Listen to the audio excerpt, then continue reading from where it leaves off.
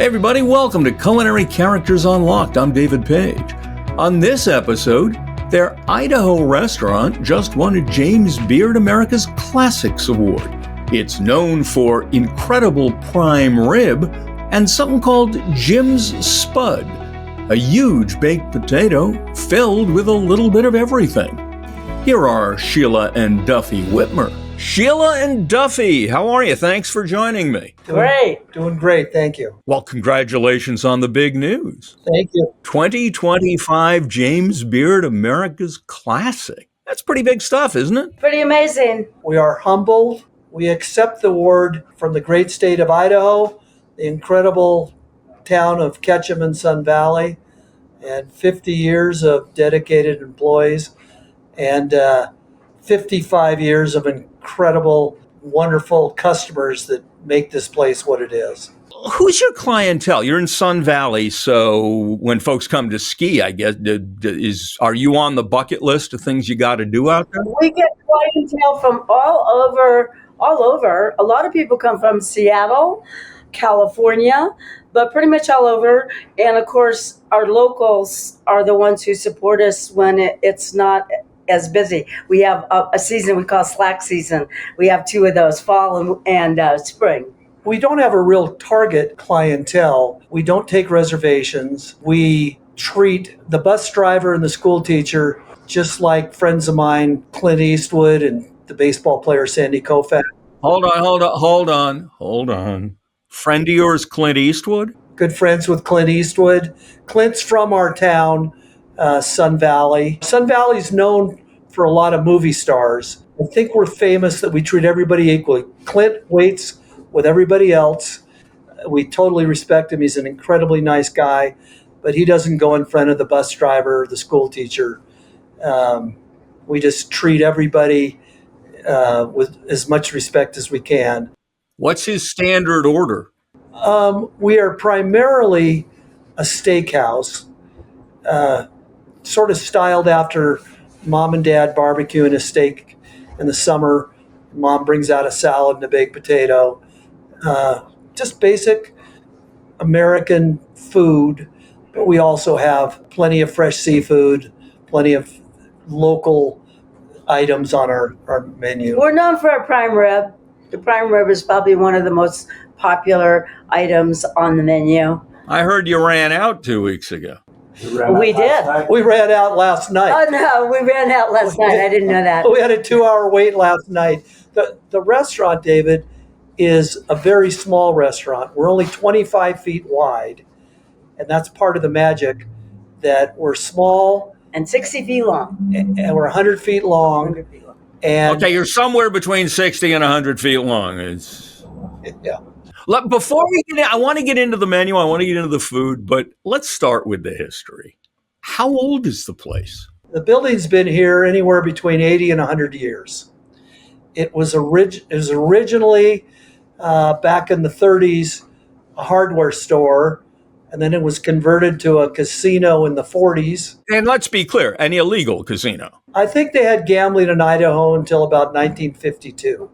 Down in the basement. What were the games? What did people gamble on? I think they gambled everything, mostly cards. Mm-hmm. It was originally a gambling casino and a bar and pool tables. And the whole Pioneer itself really evolved in 1970. It then became primarily a restaurant and bar, but is always a cowboy bar. Ketchum's an old mining town. We're only a town of 3,000 people, but it swells up when the ski season's on or the summer season. And I assume, you can tell me, just between you and me, you still got gambling in the basement? Okay, that's fine. I'm good. What was the question? There's some fantastic gambling stories that in the 60s, a guy came in with dice and the bartender set up and he had his bank. And at the end of the night, it was a really busy night and he didn't have any money left from selling all the drinks and what he started with. So the gambler took the money and left. But there is a long-term history in Sun Valley. We have some great stories. We have a celebration every year. It's called Wagon Days. It's the largest non-motorized parade in the Pacific Northwest, or maybe even in the United States. Well, one year a guy rode his horse into the bar. What did the horse order? If you really want to know, I don't know. We were warned. He had a Snickers. The horse had a Snickers. The guy sat in his. There were two people. Wait! A Snickers? He had a Snickers bar for the horse. We were told, I'm going to come in during the parade, separate people, ride into your front door, pull my horse up to your bar. I want to get a drink, and my horse is going to want a Snickers. So we Seriously? I mean, the horse ate a candy bar? You got a candy bar at the bar, and people in the bar had to make way for the two horses. Of course, we're skidding along. We have a hardwood floor, so we've had a lot of stories like that, David, that are almost hard to believe. Tell me some more. This is great stuff. Oh, in fact, let me ask you about the gun behind you. Just any old gun? No, Winchester made that gun in 1954 for Ernest Hemingway, and we have it authenticated. The Winchester, the purchase agreement. Behind us, we have pictures of Hemingway using the gun in the 1950s, hunting locally. The deer above us, there's a deer above us. Hemingway shot that gun. I used to know Ernest Hemingway's son well. I knew Ernest Hemingway's granddaughters well. They all lived in this small town. Wow. Muriel and Muffet and Margot. There's quite a Hemingway history. And Hemingway committed suicide here in 1961, and he's buried in our local graveyard. Do you know anyone who knew him? Oh, a lot of people. I'm going to tell you a story as it's been told to me. Hemingway was not an overly friendly person. He drank a lot toward the end of his life. And this comes from a gentleman that wrote a book about Hemingway, Denny Petitclerc, who lived in Miami, worked for the Miami Herald, and in the 50s would go visit Hemingway in Cuba. But Hemingway threatened to commit suicide before he actually did, for two reasons. One, he had writer's block, one of the great authors in the history of America. He couldn't write. And the other one is he couldn't F anymore or screw anymore. And I'm sure in today's world... I got the gist of that, yeah. Okay. Today's world, he might have lived a little longer, but who knows? Stuff. Well, yeah, but it's quality of life, dude. Right. When did you guys take over the place? We've been incredibly blessed.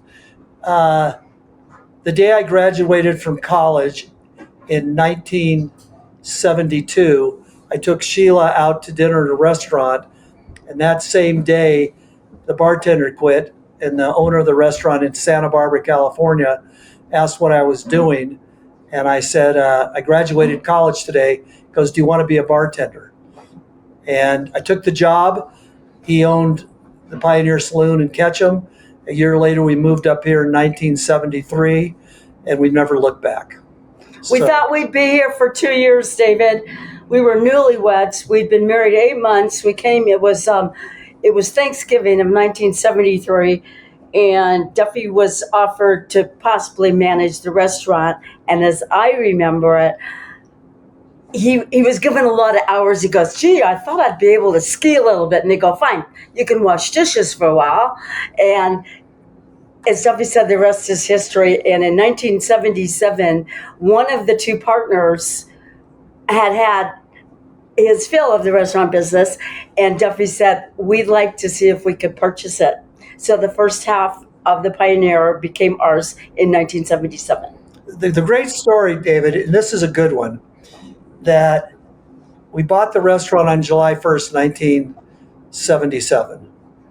The very first night, Friday night, we set the all-time history bar that night. The second night, we were open on July 2nd. We last called the bar, and we had an hour wait for dinner. And we've been running ever since. And we're a really small restaurant, but we're a pretty damn busy restaurant, and we're supported by them. Did you guys have any restaurant experience? I knew you were going to ask that. Okay, so if I could just speak for a moment. Duffy comes to it from a business background. He majored in business. He doesn't really cook, but if you can't do the numbers, I think, what is it, 80% of all restaurants fail? Duffy's a businessman, so we rely on other people to do the cooking. And there was a formula when we stepped in. The Pioneer was up and running and very successful. We're very lucky to have bought into something that was successful, and they had a formula for how everything was prepared. And so, yeah, Duffy comes at it from he's a numbers guy. But you cooked, didn't you? Whether it was professionally or not. I used to make the desserts. One of my desserts is on our menu. It's called Sheila's Famous Mud Pie, and that comes from the Chart House. I don't know if you remember Chart House. Yeah, I do. It's a ice cream pie with Oreo cookie crumb crust and coffee ice cream with fudge topping. That's basically it. And when our children were young, and once they started school, I was making all those desserts. I have one quick story about it. Please. Okay. In those days, you could cook at home. It was legal to cook at home and then sell it. Okay. So I make about 8 mud pies. I put them in the back of Duffy's pickup truck. I arrive at the back door of the Pioneer. Not one mud pie was in the back of the pickup because I had left the tailgate open. They were all out on the highway by our house. Well, I'm sure the animals liked them, so there you go. Did you change the place? Did you change the menu? Not really. In all honesty, two gentlemen, Larry Stone and Ed Redmond, started the restaurant in 1970. They patterned it after a prime rib house in La Jolla, California. And it started out booming, and knock on wood, it's still, like I said, we have an average of a couple hours of wait every night. We don't take reservations. The menu is simple. We pride ourselves on, we have a very strong Western memorabilia. Hemingway shotgun and his history is really only part of. Well, what else you got hanging around? Duffy's a collector, and every time he wants to buy something, I go, oh, I don't know. Anyway, every space, every inch of this, we have arrowheads, we have deer, we have elk, we have moose, we have the world's record steelhead caught on a fly. How big is the world's record steelhead caught on a fly? I think it was 42 pounds and is caught in British Columbia. We have bullet boards that date back to the old hardware stores in the 1870s. In the old 1870s and 1880s, you might go into a store and you'd pick the bullets from the display bullet board, and there are only a handful of them in the world anymore. Taxidermy up on the walls? Oh, everywhere. Everywhere. We must have 20 or 30 record deers. We have a deer that was shot in 1928 by a Shoshone Indian in the Middle Fork region of Idaho, which is the largest wilderness area outside of Alaska. It's got 43 points. We've got stuffed badgers on the wall, chasing quail. We have a wolverine, which is reported to be one of the most vicious animals in the animal kingdom. Jeez. When you walk into the Pioneer, it's like walking into a Western museum. Did you, from the beginning, say to yourselves, we've got to protect this legacy, or did it just happen? Tell them the story of the bank. Tell me the story of the bank. When I didn't want to sign. Well, from the start, everything has gone really well, and we're incredibly blessed and humbled by the award. And when we bought the restaurant on July 1st, 1977, we were signing the note. We were buying the building, which is a great thing for restaurants to own the building they operate out. Oh, yeah. Oh, yeah. As we signed the note the day before, Sheila said, "What am I signing?" The banker said, "Well, what you're signing is if you don't pay us back, we'd pledged our house as collateral." Hello. My wife said, "I can't sign anything. I have a 1-year-old child." No, we had 3 kids at the time. 1977. Yeah, okay. And Right. she said, I can't sign anything. And I convinced her that just trust me, we'll work hard and we'll make this work. That was 48 years ago. I worked every night for a couple of years, every single day and night. More than a couple of years. It's harder than hell these days to run an independent restaurant, much less one that I would define as a mom and pop. I think it's like managing a circus, that almost every day the lion is sick and the clown is on strike and the tightrope worker doesn't want to do the job. The day after we got the award, I went in the morning and I said to the manager, "How's it going?" He said, "I'm doing nothing but putting out fires today." And I go, "I've been in business for I've worked here 52 years. What are you talking about? He said, well, we ran out of napkins and the gun in the bar is broken and the toilet seat. A couple of weeks ago, we host the hockey teams. We have local hockey. There was a fight in the bathroom and they smashed up the mirrors. And, there's always something going on because we're a dinner house, but we're a saloon.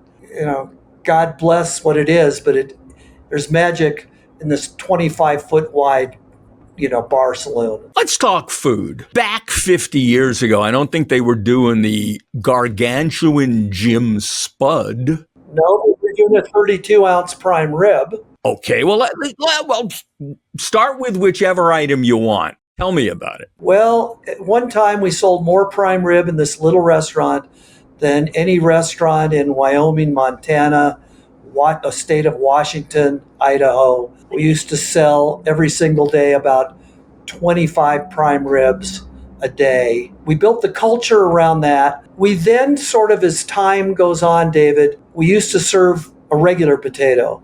Today we serve the largest potato available. It's a 22-ounce potato. When Secretary of State Kerry, who lives in our town part-time, went to meet with a Russian prime minister in Switzerland, he brought a case of potatoes to Switzerland from our restaurant.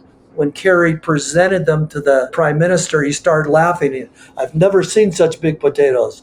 Way too big for vodka. We've always been known for large portions. Well, explain what's in the Jim Spud.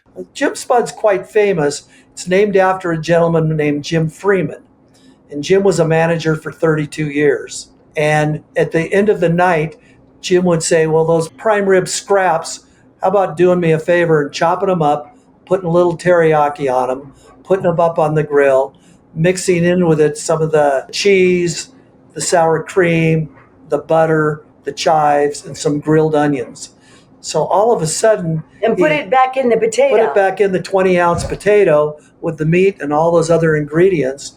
And now it's turned out to be the Jim Spud's one of our most popular items. It's only, I think it's $15, but what is it? Got about 1.5 pounds of food in it. Let me go back to the prime rib for a minute. I get it. You guys are not doing the cooking, but... I cooked for years, Okay. What makes the prime rib so good? And that's a great question. And when I tell you my feelings, it's only my feelings. We like Midwest beef a lot. Corn-fed. We like corn-fed. Our prime rib, our ribeyes, our fillets are coming out of Dodge City, Kansas. I've traveled back to Dakota City, Iowa. I'm a believer that Midwest beef, those cows aren't climbing the hills like they are in the West. They're not as rangy. They're fatter. Primarily, our prime rib comes from Midwest. A lot of our steaks have come from Colorado. We source our meat very carefully. Tell them how you cook it. We slow cook it, and that is a key. We age our prime rib. Our coolers are at about 32 to 34 degrees. They stay cold. Dry age or wet age? Well, both. Our steaks we do dry age.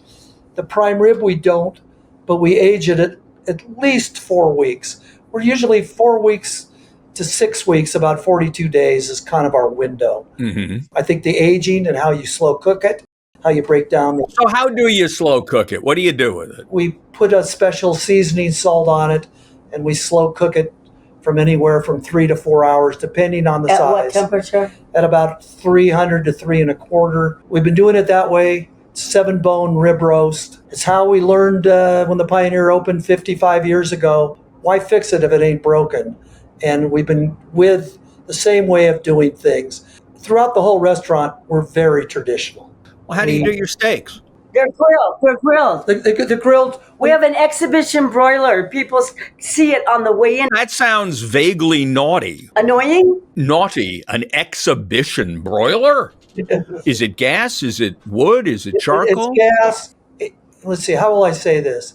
It's gas, but it's also on top of... Briquettes? Briquette, like a briquette. There's a lot of secrets in steakhouses, and I'm not telling anybody who's in the business. We cook low to high. The steaks start out low, and we keep turning them. And then right before the dinner goes out, we bring it to the top, We flip the steak over on the grill so the first bite the customer gets is hot. The presentation on the plate, our plates are interesting. All the local ranchers in the area have their brands on our plates. So you can, it isn't just a white plate. It's all the ranchers here in southern Idaho have their brand on our plate. Yeah, I want to back you up for 1 second. You're talking about how traditionally, for years apparently, you've cooked your steaks low to high. You realize that in trendy foodie world, that's recently been discovered as the reverse sear. I go to the National Restaurant Show in Chicago. I know that things are changing. There's a different way of doing it. We're old-fashioned. Pioneer's been the way it is for 55 years. It works. We make our mistakes. I am evaluating how to do things. Anywhere we can improve, we'll go in that direction. But it's working today. Like I said, we had a probably 2.5, 3 hour wait over the weekend. Almost every night in high season, if there's a problem in my restaurant, people are frustrated they have to wait so long. David, here's what the plate looks like with the brands on it. Oh my gosh. For those of you listening, not watching, it's a white plate with a kind of pink or red band around the outside and all of the different brands that you'd brand a cow with in that band. That's lovely. It's been our life's, we've been committed here for 52 years. We try to wherever we can do to improve. And I had a lot of the local ranchers come in because they like eating here. And then all of a sudden I said, instead of just a white plate, I think someone said, would you ever consider putting my brand on your plate?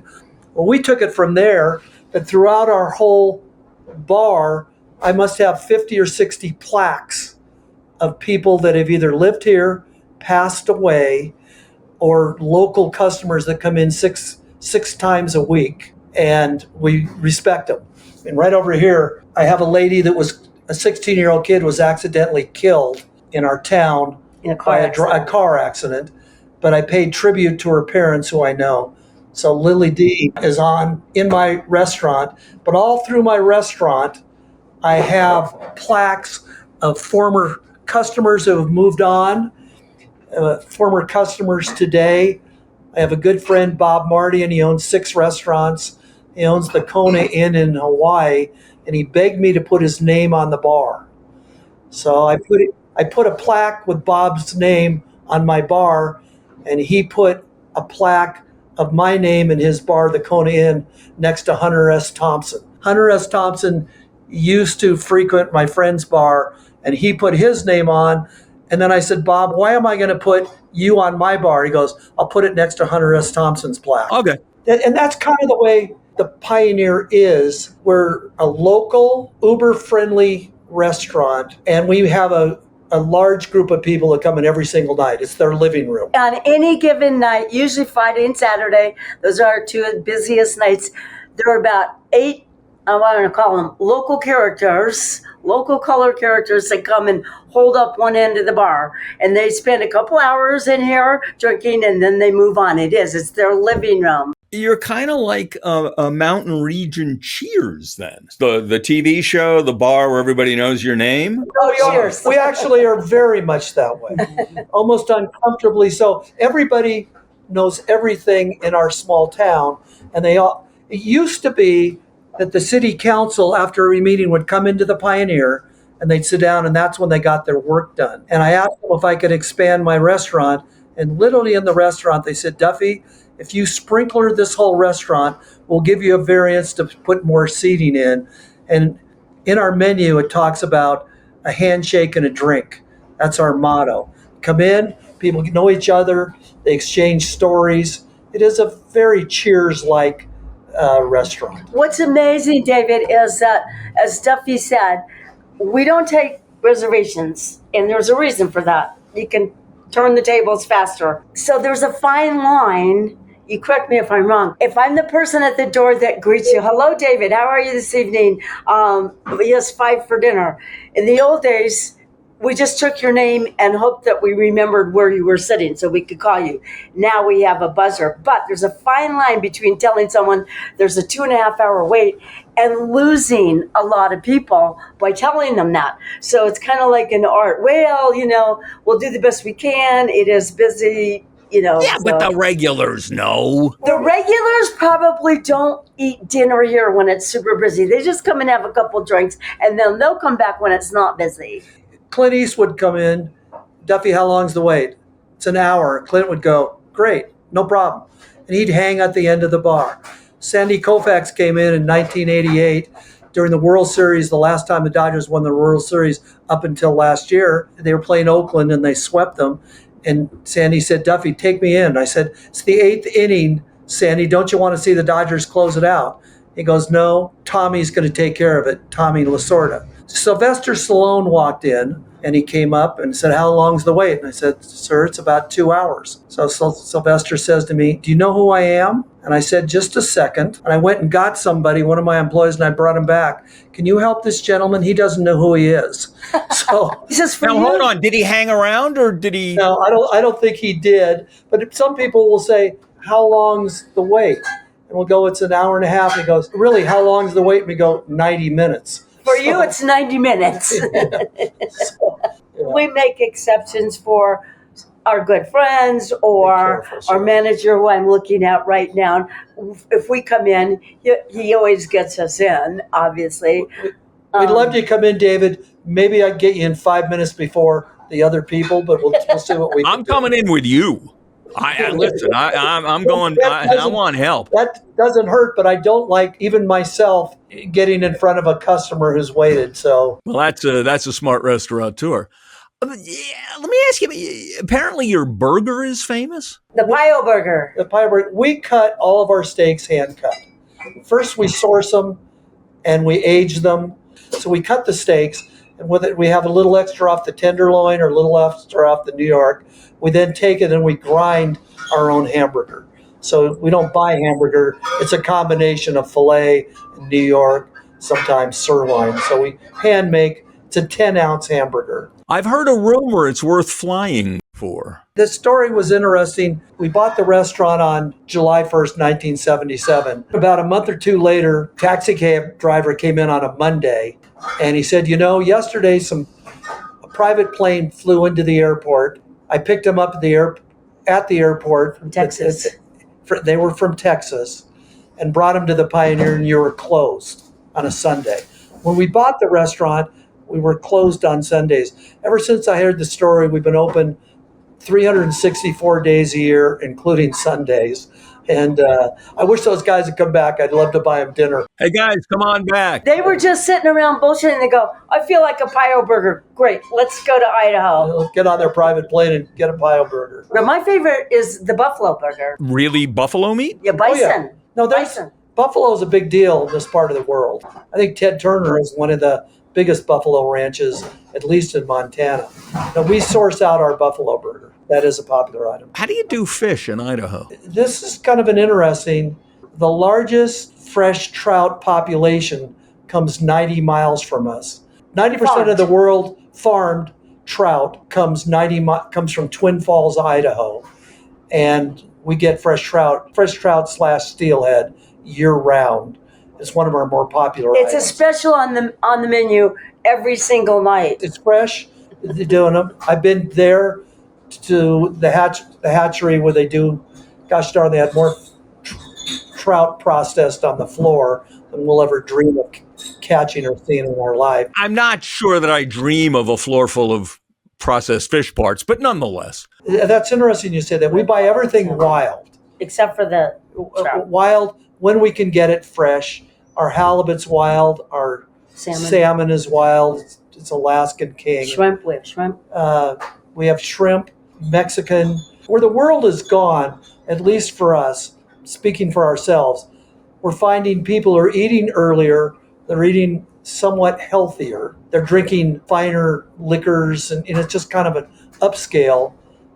So there's a bit of a change in the dining world, at least in our part of the world, in Idaho. Well, is there a risk for a place that is so beef intensive? I mean, there's in much of the country, you could get arrested for advocating eating beef. Right. We do sell a fair amount, particularly burgers and roast beef sandwiches. Our food cost generally is between 45 and 50%. What? We have a very high food cost. Isn't it supposed to be 30? Yes. Our son owns the busiest restaurant in town. It's a breakfast and lunch restaurant where he's selling eggs and pancakes. And they're down in the 25 to 30%. A lot of restaurants, I think they shoot for around 30%.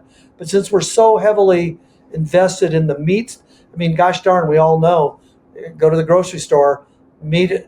We used to buy prime rib for about $1.80 a pound. Over Christmas, I was spending $16 a pound for prime rib, and that's wholesale. And Wow. the cost of our food is high, but we make it back up in volume. Long term, Sheila and I have put into a trust this restaurant cannot be sold by our children or our grandchildren. We're here to stay. You explain this to me. You guys are business partners. You were married. You had a bunch of kids. Now you're not married, but you still work together and you're still friends. Do you think one of your kids will take the place over? Well, we're proud. Our son went to culinary school. It's a family operation. My grandson was working here 2 days ago. My other grandson in Nashville, he's enrolled in a private school and he's taking cooking classes. He's actually teaching some cooking classes. He's teaching cooking classes and he's 16. I would hope that it goes to the next generation, but it's up to them. But I can tell you, David, it's been a blessing. I love people. I love the people that come in. I love the stories I have in 52 years of the experiences I've had with my employees. Around COVID, I lost one employee that had been here 46 years. Another employee had been here 42 years. My other manager had been here 32. A waitress just left and she'd been here 31. Wow. I have a manager today who's been here over 30. But we lost 3 key employees all in the same year. They moved on or retired. It was difficult to, they'd been around for so long, they knew exactly how to do it. And Duffy has an incredible place in Mexico he likes to go, but he's finding it hard to get there these days because... Well, during COVID, what happened was we were such a local place and usually so crowded. And back then you had to space people something like 20 feet apart. My manager says, Duffy, I can't tell my locals who've been coming for 20 or 30 years, they can't come in because we can only put 25 people in the bar when we normally would have 75. Right. So we took a very big, heavy beating during COVID. And we've now returned to the good old days of what it is. Thoughts for the future? What's ahead? What's ahead is we will never stop trying to improve this restaurant. We will never stop trying to take care of our employees. We have reasonable benefits. I'm sure we pay more than any other restaurant in town for our restaurant salaries. Our employees are well worth it. Most of our employees have been here a long time. Again, it's like a family operation with the employees. They work hard. They're compensated well. I hope and pray the Pioneer is here for long past our time. Sheila, Duffy, it's just been a delight chatting with you, and congratulations again on the James Beard Award. That's a hell of an honor. It caught us off guard, but when we realize what's been happening for the last 50 years, I really start with the employees. They're the ones that make the restaurant. I've always said, David, 3 parts to a restaurant. The atmosphere, you walk in here and it's like a Western museum. The food, and we do our very best. We make our mistakes. Cows don't always cooperate. Cook might be super busy and overcook a steak, but we do our best. On our menu, it says all dinners guaranteed. 3 things: the atmosphere. It's the atmosphere, the quality of the food, and the perceived value. We believe our prices are fair, but most of all, it's the service. You can't walk through the restaurant without being met by a greeter. You sit down, people, hi, how are you today? What a beautiful day in Sun Valley. Where are you from? We don't go out of our way because it's just who we are, to be friendly and respectful. And appreciative. Appreciative of the people. We're appreciative of our employees. We could never do it without them. Thanks so much. It's been just a delight meeting you. An honor, and we look forward to meeting you sometime. Thank you, David. James Beard America's Classics winners, Sheila and Duffy Witmer, here on Culinary Characters Unlocked. I'm David Page, and I'll see you next time.